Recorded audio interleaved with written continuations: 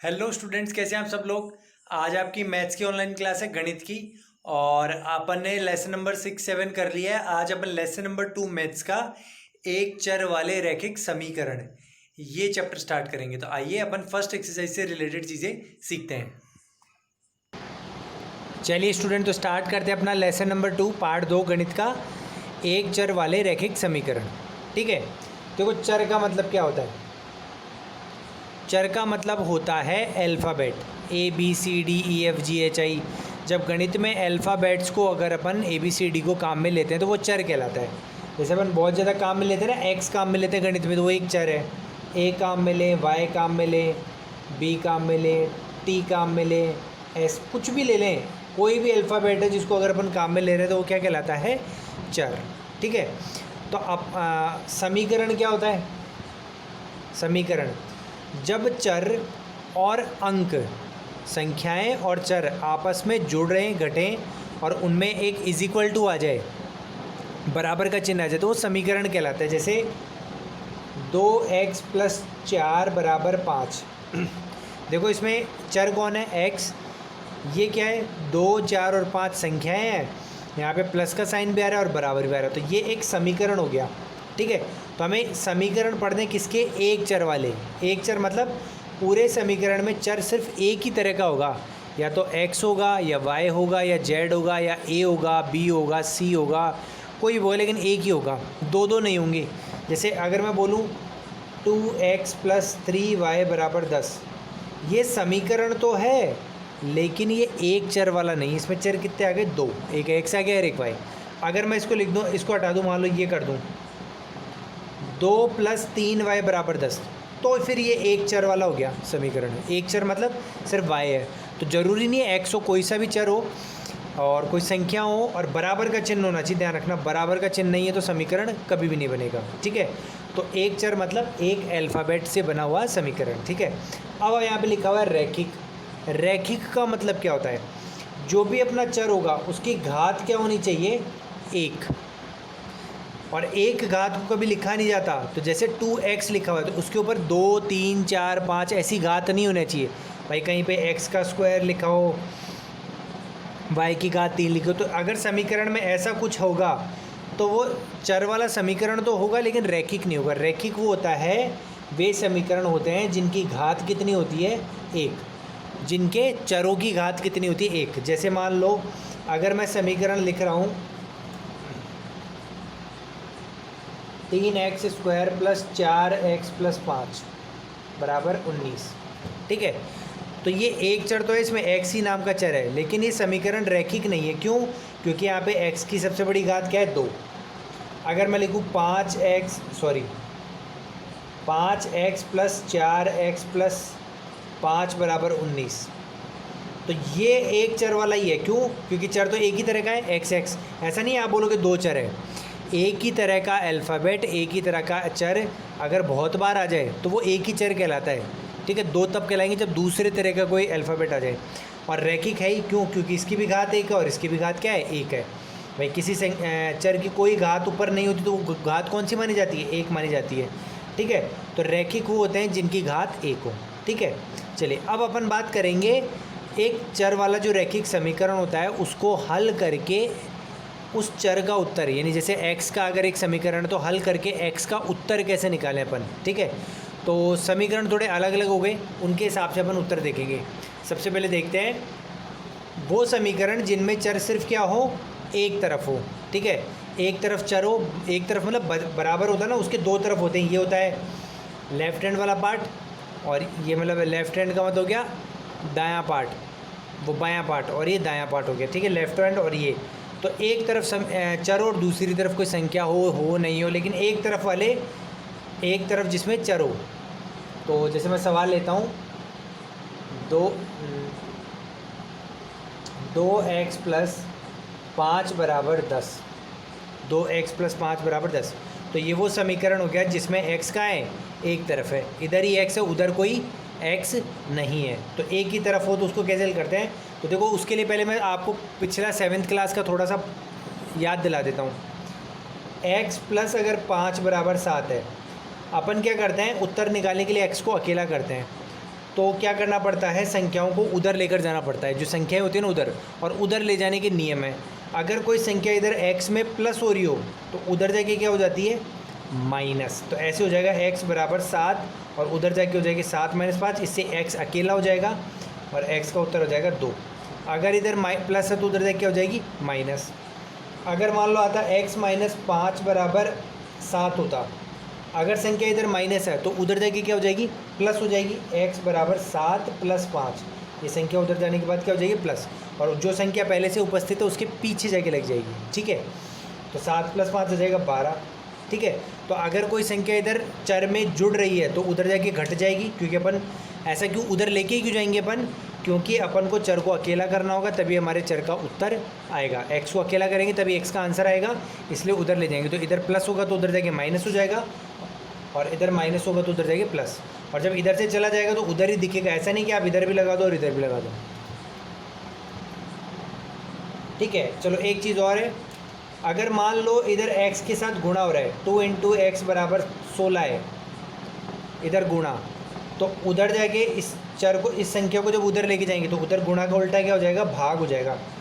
2 यहाँ से हट के बट्टे में चला जाएगा, तो 2 × 2 2 × 8 16, x का आ जाएगा 8 उत्तर, ठीक है।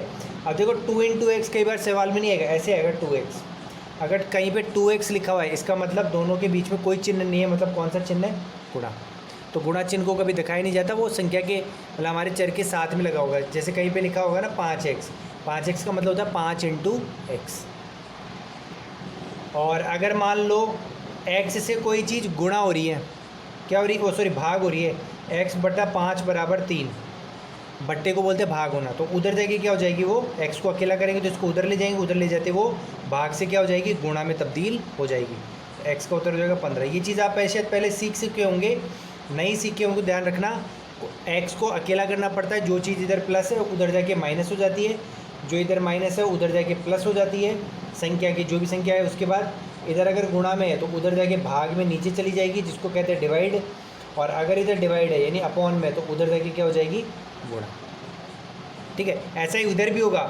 अगर मान लो कहीं पे कई बार मान लो इधर लेकर आना है अपन को संख्या को 2 को, तो इधर प्लस की तो इधर आके माइनस हो जाएगी, इधर माइनस है तो प्लस हो जाएगी, इधर अगर मल्टीप्लाई हो तो इधर आके भाग हो जाएगी। तो दोनों तरफ जाए, कोई से भी तरफ जाए, लेकिन अगर एक से दूसरी तरफ जा रही है तो ऐसे ऐसे चिन्ह चेंज होते हैं। चलिए अब अपन इस समीकरण को हल करते हैं, ठीक है। 2x + 5 बराबर 10। देखो x में 2 तो क्या हो रहा है, गुणा हो रहा है, कुछ भी साइन नहीं तो गुणा का है, और 5 क्या हो रहा है, जुड़ रहा है। तो पहले अपन प्लस और माइनस वाली संख्याओं को लेकर जाएंगे, फिर गुणा या भाग वाली संख्याएं हैं तो उनको बाद में लेकर जाएंगे। 2x बराबर 10, क्योंकि बराबर आ जाएगा, क्योंकि 5 को उधर लेकर जाना है, तो 5 + 5 है ना, तो उधर जाके 10 के पीछे क्या लग जाएगा, -5। तो 2x बराबर 10 - 5 5। अब मुझे क्या निकालना है, x को 5 को तो ले गया, अब x के साथ जो 2 है ये गुणा हो रहा है, तो उधर जाके क्या हो जाएगा, भाग। तो x बराबर 5/2, गुणा था तो मैंने क्या कर दिया, भाग। इस तरीके से x अकेला हो गया और ये x का उत्तर आ गया, ठीक है, समझ में आ गया। तो अगर मान लो इधर प्लस की 5 की जगह -5 होता तो उधर जाके +5 हो जाता, ठीक है। तो ये हो गया वे समीकरण जिनमें चर क्या होते हैं, एक तरफ होते हैं, ठीक है। अब वो करेंगे समीकरण जिसमें चर दोनों तरफ हों, या फिर मैं एक सवाल आपके लिए चलो और ले लेता हूँ। मान लो चर इस तरफ ना हो के उधर हो, तो जैसे मान लो 12 बराबर 3x + 4, 3x + 3, 12 बराबर 3x + 3। तो मुझे अब क्या करना पड़ेगा, x को इधर अकेला करना पड़ेगा, तो +3 इधर आके क्या हो जाएगा, -3। तो 12 के बाद में लगेगा, ऐसा नहीं कि यहाँ पे लगा, तो 12 के बाद में लगेगा, 12 - 3 +3 आके इधर क्या हो गया, -3, और इधर 3x अकेला हो गया, तो 12 - 3 क्या हो गया, 9, और ये हो गया 3x। अब 3 और x आपस में क्या हो रहे हैं, गुणा, तो इधर आके क्या हो जाएगा, 3 भाग हो जाएगा। जो नियम इधर से उधर चल रहे थे अब वो नियम उधर से इधर चल रहे हैं, तो 9/3 हो जाएगा। x बराबर 9/3, 3 × 3 3 3 9, तो x का उत्तर क्या आ जाएगा, 3 आ जाएगा। तो अगर समीकरण x इधर हो तो संख्याओं को इधर ले जाओ, और x अगर आपका इधर हो तो संख्याओं को इधर लेकर आ जाओ, ठीक है, समझ में आ गया। चलिए अब अपन लेते हैं वो समीकरण जिसमें चर दोनों तरफ है।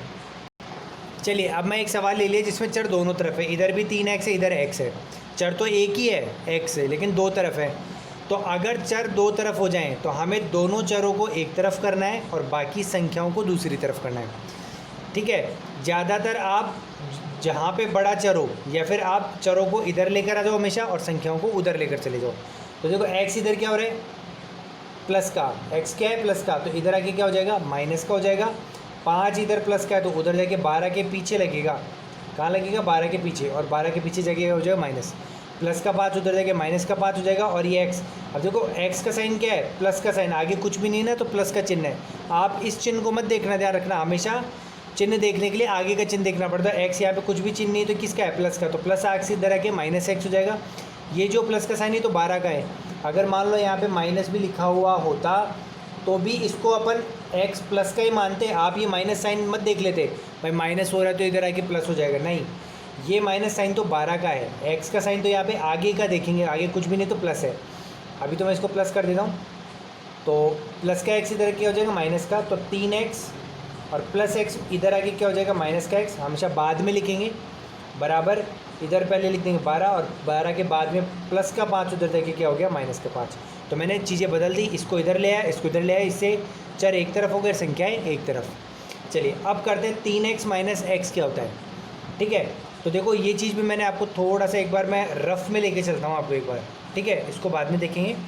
जैसे मान लो 2x प्लस 3x है, 2x और 3x जुड़ेंगे तो इसका उत्तर क्या होता है, 2 और 3 को जोड़ दो 5 और x एक बार लगा दो, ऐसा नहीं कि x की घात लगा दो। 2x प्लस 3x क्या होता है 5। ठीक है, तो एक समान जैसे चर आपस में जुड़ जाते हैं।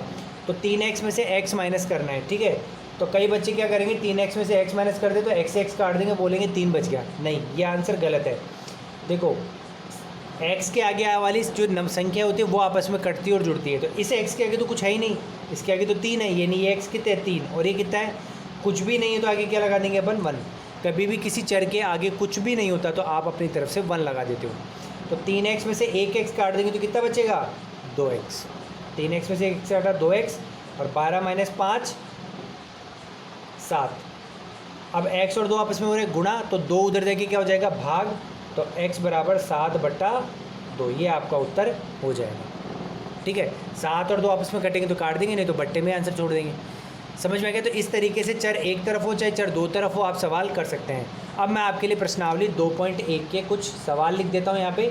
ठीक है, सीधे सीधे सवाल है जिनको हल करके सारे सवालों में आपको x के उत्तर निकालने हैं। तो 2 सवाल मैं आपके लिए यहाँ पे लिख रहा हूँ, बाकी सवाल आपको उसी तरीके से प्रश्नावली में करने हैं। प्रश्नावली ज़्यादा बड़ी नहीं है, काफ़ी छोटी सी प्रश्नावली, 12 एक सवाल है, सिंगल 12 सवाल है। चलिए पहले लेते हैं अपन एक सवाल नंबर 7वां है, वो देख लीजिए। 2x/3 बराबर 18, x का उत्तर निकालो। तो x के साथ देखो 2 तो क्या हो रहा है गुणा, 3 क्या हो रहा है भाग। तो पहले मैं लिखूँ 2x बराबर 18, 3 जो भाग में उधर तक क्या हो जाएगा गुणा, तो 2x बराबर 18 तिया 54। ठीक है, अब 2 क्या हो रहा था गुणा हो रहा है, तो उधर देखे क्या हो जाएगा भाग, 54/2। तो 2 दूनी 4 बचेगा, 1 14, 2 7 14, तो x का उत्तर आ जाएगा 27। ठीक है, आप चाहो तो इसको ऐसे भी कर सकते हैं। देखो प्लस और माइनस को एक बार में अपन ले जा सकते हैं, प्लस को ले जाके माइनस में लिख दो, माइनस को ले जाके प्लस में लिख दो, और गुणा और भाग को एक साथ ले जा सकते हो। तो आप डायरेक्ट भी कर सकते हैं इसको, 2x/3 बराबर 18 और x बराबर जो 3 है वो तो 18 में जाके गुणा हो जाएगा और जो 2 है वो जाके भाग हो जाएगा। गुणा और भाग की संख्या को एक साथ ले जा सकते हो, प्लस माइनस को एक साथ ले जा सकते हो, लेकिन प्लस को जैसे गुणा के साथ आप नहीं ले जा सकते, माइनस को गुणा के साथ या भाग के साथ नहीं ले जा सकते। ठीक है, अभी हो जाएगा 2 एकम 2, 2 नाम 18, 9 तिया 27। तो ये दोनों तरीके हैं, ये वाला तरीका ज़्यादा अच्छा है, तो इस तरीके से आप देख लें क्वेश्चन नंबर 7। ठीक है, अब मैं एक लेता हूँ क्वेश्चन नंबर 12। क्वेश्चन नंबर 12 ले रहा हूँ, x/3 प्लस 1 बराबर 7/15। ठीक है, तो पहले प्लस को उधर ले जाके अपन क्या कर देंगे माइनस, x को अकेला करना है तो भाग को तो बाद में करेंगे, पहले प्लस को ले जाएंगे। तो x/3 बराबर 7/15, उसके पीछे जाके क्या लग जाएगा +1 का साइन चेंज हो गया, हो जाएगा -1। 1 के नीचे कुछ भी नहीं तो 1 लगा देंगे अपन। ठीक है, तो x/3 बराबर, अब यहाँ पे 15 और 1 का क्या लेना पड़ेगा, लैस लेना पड़ेगा, और जब 1 के साथ कोई भी संख्या होती है तो लैस उन दोनों का वो संख्या होता है 15 में 15 का भाग देंगे तो 1, 1 इंटू 7 7 माइनस 15 में 1 का भाग देंगे 15, 15 एकम 15। तो x बटा 3 बराबर 7 में से 15 काटो तो आ जाएगा माइनस का 8। क्यों? छोटी संख्या में से बड़ी संख्या काट दो तो माइनस में उत्तर आता है, बटा 15। अब मैं 3 को ले जाऊँ उधर, तो 3 उधर देख क्या हो जाएगा, गुणा। गुणा कहाँ? ऊपर जाके गुणा। 8 बटा माइनस 8 बटा 15 तो है ही, तो ऊपर जाके क्या लग जाएगा, गुणा। संख्या नीचे हमेशा ऊपर वाली संख्या में जाके गुणा होगी। 3 के नीचे कुछ भी दे तो 1 लगा दे। अब ये गुणा हो रहे तो गुणा में तो कोई लेसे लेते नहीं, सीधा काटेंगे। 3 एकम 3, 3 पंजे 15, तो उत्तर हो जाएगा -8 इंटू 1 -8 बटा 5 एकम 5। तो इस तरीके से आप उत्तर निकाल लेंगे भाई, समझ में आ गया? तो इस तरीके से सारे क्वेश्चन आप कर लेंगे। चलिए लास्ट एक सवाल और ले लीजिए, क्वेश्चन नंबर 8, जिसमें 1.6 बराबर y/1.5। तो y अभी इस बार इधर है तो y को उधर ही अकेला करेंगे। 1.5 इधर भाग हो रहा है तो इधर आके क्या हो जाएगा, गुणा। तो 1.6 गुणा 1.5, ठीक है, ऐसे हो जाएगा। आप गुणा कर लेना फिर आंसर बता देना, ठीक है। तो आपका आज का क्लास यहीं तक थी। आपका होमवर्क है, ठीक है, आपको एक्सरसाइज 2.1 प्रश्नावली 2.1 पूरी कॉपी में करनी है। छोटे से एक्सरसाइज है, 12 सवाल है इसमें, ठीक है। अब अगले वीडियो में देखो आपको अपन एक्सरसाइज, देखो मैं आपको एक बार क्लियर कर दूं, आपके टोटल 4 एक्सरसाइज है, 2.1, 2.2, 2.3 और 2.4। 2.1 और 2.3 तो समीकरण वाली है, और 2.2 और 2.4 वर्ड प्रॉब्लम से जिसमें आपको समीकरण बनाना है। तो अपन ने आज 2.1 पढ़ ली। अब अगली क्लास में अपन 2.3 पढ़ेंगे। पहले अपन समीकरणों को हल करना सीख लेंगे सारे, और फिर 2.2 और 2.4 जिसमें वर्ड प्रॉब्लम्स आएंगी, जिसमें अपन को भाषा को पढ़कर वर्ड प्रॉब्लम बनानी होगी, वो बाद में पढ़ेंगे। तो आपकी ध्यान रखना 2.1 के बाद अब अगली क्लास 2.3 की होगी, और आपको पढ़ना भी 2.3 है। और 2.3 के बाद फिर अपन 2.2 और फिर 2.4 करेंगे। क्यों? क्योंकि 2.1 और 2.3 एक जैसी एक्सरसाइजेज हैं, प्रश्नावली है, और 2.2 और 2.4 एक जैसी हैं। तो पहले अपन एक जैसी दोनों पढ़ लेते हैं, जिससे अपन को माइंड क्लियर हो जाएगा। तो 2.1 के बाद मैं अगली बार क्या पढ़ाऊँगा आपको, 2.3। तो आपका होमवर्क एक तो है 2.1 करना है, और 2.3 में भी ऐसे ही सवाल है जैसे 2.1 में है। तो 2.3 भी आपको ट्राई करनी है, प्रैक्टिस करनी है, ठीक है। और फिर आप मेरा वीडियो देखेंगे 2.3 का, तब आपको और समझ में आ जाएगा, ठीक है। तो आज के लिए इतना ही। वीडियो को लाइक करो, कमेंट करो, चैनल को सब्सक्राइब करो, रेगुलर देखते रहो। Thank you, have a nice day.